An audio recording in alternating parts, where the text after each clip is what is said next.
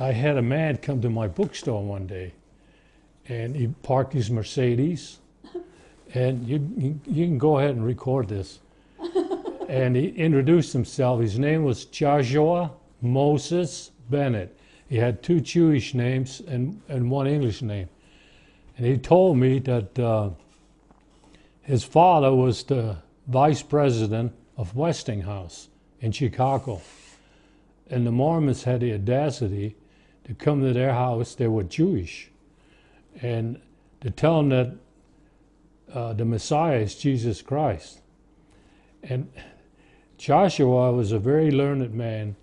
He had an equivalent to a rabbinical degree. And he looked like a rabbi. He had thick glasses. And I said, well, what can I do for you? And he showed me this book, The Gospel of the Great Spirit. He said, I wrote this book, he said. It took me 17 years. What he did, he visited all the Indian tribes, and he did all kinds of research. And he found out that these people believed in a God that appeared among their ancestors in human form and did all kinds of miracles. And he wrote about dozens of Indian nations, both in North and South and Central America. They all had the same legend. Some of them called them Quetzalcoatl. The Mayans called him Kukulkan. And the Incas called him Viracocha. And there was one Indian tribe in Northern America who believed that he was, they call him Jesus. Really? Jesus, yeah. And but anyway, Joshua said, I want you to sell my book. I said, okay, I'll take it. And he said, I want you to take more than one book. And he was telling me all about what he wrote. So after a while, I said, okay, I'll take 3. And this guy was a learned man. See, I finished the 7th grade in Germany. I have trouble communicating with people that graduated from university. But by the time he got through with me, I said, okay, I'll take a case. And it turned out to be one of my best sales. But, yeah. And I had people come here from the Navajo Indian Reservation, Central America, asking for this book. This is one of the very few books that I read. It's large. It's over 600 pages. 660 pages. I read it 3 times. And the reason I was so fascinated with this, it was similar to this book. Did you ever hear of that? He Walked the Americas? I think I've heard about it. Well, this lady, she was not a member of the church. Her name was Taylor Hunson. She was a Canadian. And she did the same thing as Joshua, collected all these Indian legends. And when I was in the military, my roommate and some of his friends tried to get me to read the Book of Mormon, and I never heard of that. And I said, oh, I don't want to.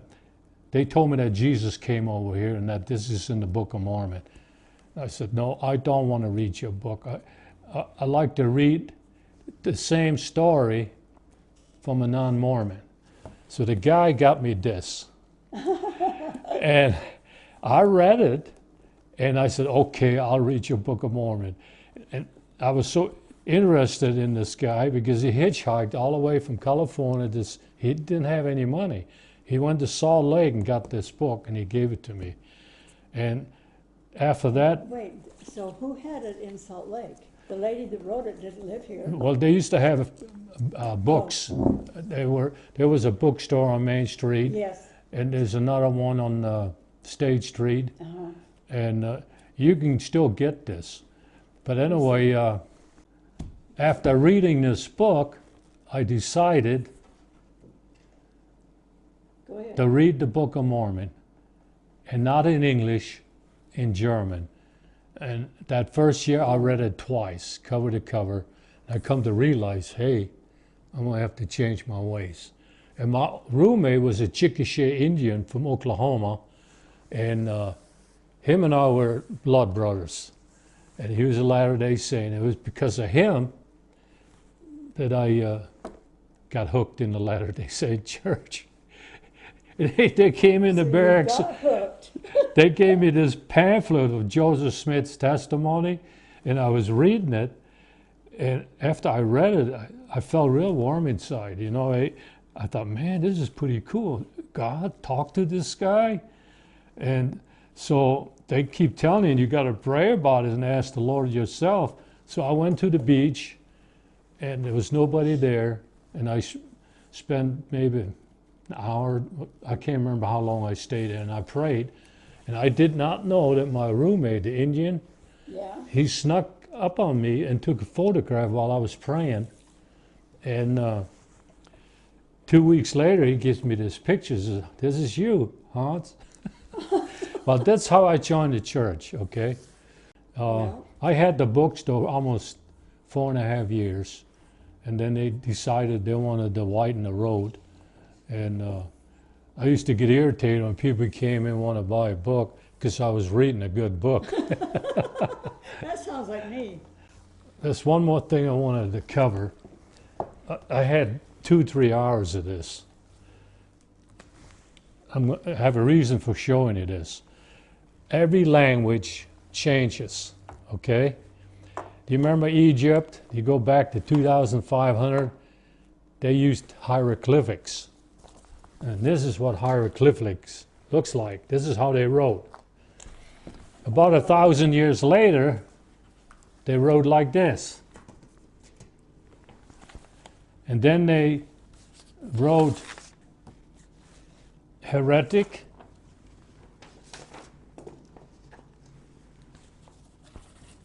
And they had all different kinds of scripts, and it's all dated in different dynasties.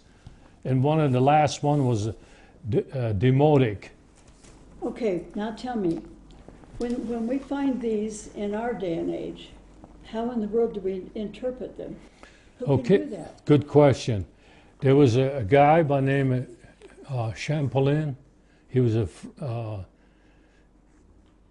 in northern Africa, in Egypt, when Napoleon was over there, and they looted all the tombs and stole all the mummies and the scrolls, and eventually his relative sold some mummies and some scrolls to Joseph Smith in Nauvoo, like the Book of Abraham. Okay. And Joseph, you remember the story, he dictated the Book of Mormon, and he had it published in 1830. He had his vision in 1820. And nobody believed, there were very few people believed his testimony. He said that the Book of Mormon was written in Reformed Egyptian. That's in I had the scriptures in 3 different places. Mormon makes reference to it, Mosiah, and another prophet. And the Rosetta Stone is a huge stone that was found in Egypt with 3 languages on it. It had Greek, it had Egyptian, and it had Demotic. And what was written on there, I have a picture of it downstairs. It was the same thing written in 3 languages. And that stone was given to the experts, the scientists. They were able to decipher some of it, but that was made available after the Book of Mormon was printed. Okay? And demonic, you remember when Martin Harris mortgaged his farm and his wife didn't like it, and he paid for the first 5,000 copies of the Book of Mormon?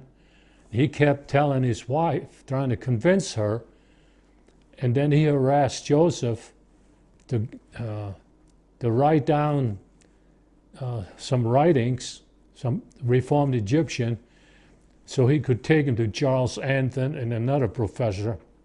And you know the rest of the story. But this is what Joseph Smith wrote. There's over 200 characters, okay? Now these same characters were discovered in Egyptian manuscripts by 5 German scholars, 1 English and 1 Hebrew, and Joshua put it in his book. There's 10 pages. Now each one of these characters has been identified to be legitimate. Oh, really? Yeah, and there was no way in the world that Joseph had any copies that didn't exist, and nobody knew how to read this. And in 1980, the church discovered this. Joseph used the same characters, and he translated off the plates. He wrote it down, and this is available. This is Egyptian, like shorthand. And what it does, it proves that Joseph Smith was a prophet. There's no way in the world. Albright, who's probably the foremost expert in the world, I think he had something to do with helping with the Dead Sea Scrolls. He said Joseph Smith must have been a genius because nobody knew how to read the Egyptian till they found the Rosetta Stone. See, they had 3 messages, all the same in 3 languages. Egyptian hieroglyphics, Greek, and Demotic. And But we know that Joseph wasn't a genius. that's right. And that's He- the proving the point. He had to have help, Oh, divine yes. help. So, Divine is right. yeah. But anyway, case closed. I got so interested in this subject that I wrote a book on this subject. Okay, How let me to- see. And I put this in. I hope Joshua doesn't. I used to give these away, but I can't do it anymore because I'm on Social Security. Oh, I want to show you a picture in here. I got in here. I knew a professor. His name was Harvey Taylor.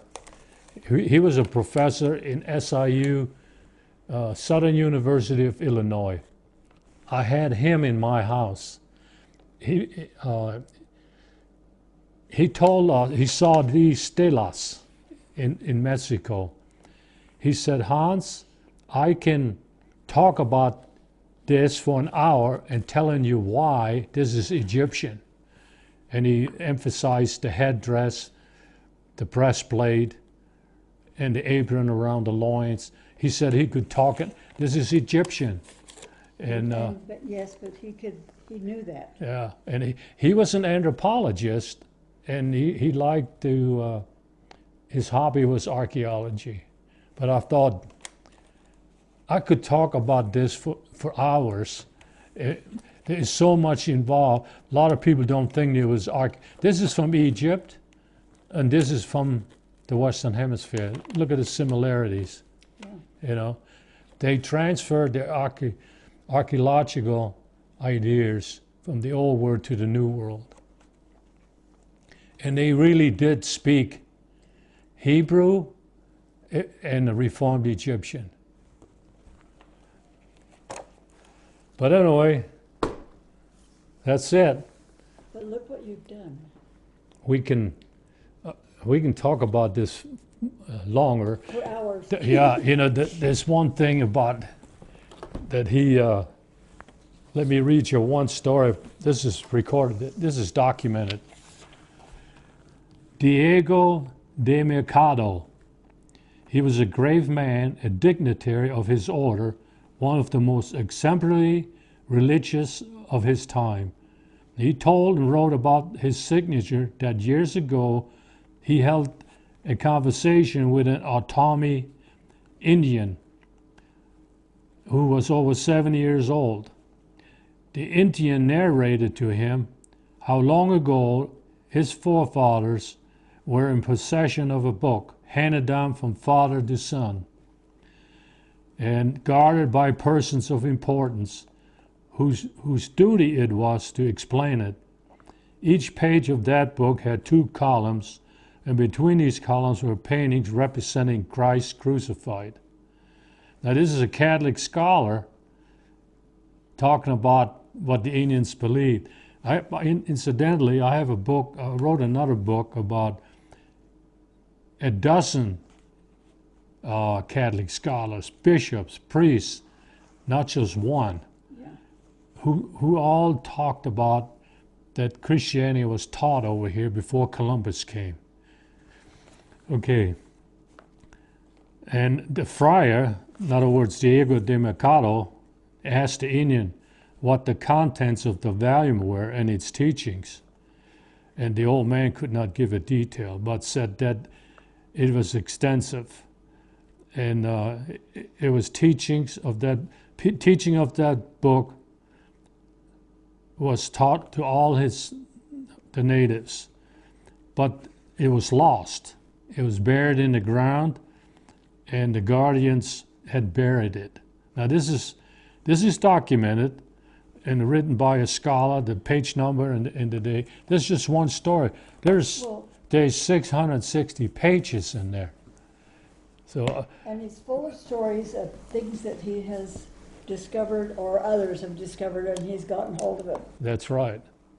He talked about that his ancestor had a written book. It was a holy book, and it was passed from father to son, people of importance, and in the end, it was buried and lost. But part of this is because he was speaking to on this continent, the Indians, That's right. the ones that we kind of forced out of everything. Yeah, We could have learned a lot more from them, couldn't we? yeah. Yeah, the descendants of the Indians, they're in the millions today. They're all over, North and South America, and they all have the same legends Yes. about this, all the way down to Chile.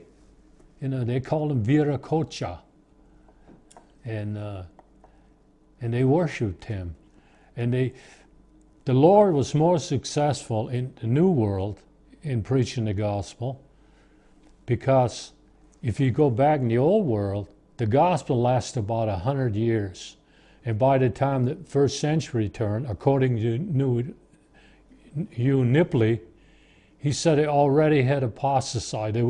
He said in his writings that there were 80 churches already. And in the New World, they lasted 4 generations. You read the Book of Mormon and you find out that after 325 years, that's when Mormon came into the picture, and he talks about the sad history of what happened to these people because they transgressed the law and they didn't listen to the Great Spirit anymore.